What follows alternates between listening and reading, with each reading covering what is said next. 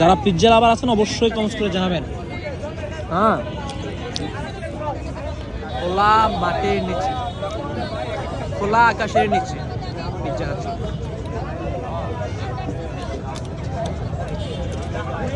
আর এ হচ্ছে যখন খাবে কোনো কথা বলবে না, ঠিক আছে?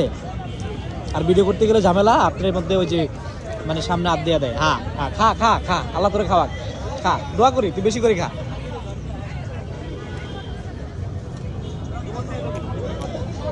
আমরা যখন পিৎজা খেতে যাই তখন হচ্ছে বড় বড় রেস্টুরেন্টে বসে। তো আমি আপনাদের বলবো যে আসলে মাঝে মধ্যে এই খোলা আকাশের নিচে বসে বাইরের পিৎজাগুলো একটু ট্রাই করেন, কেমন লাগে।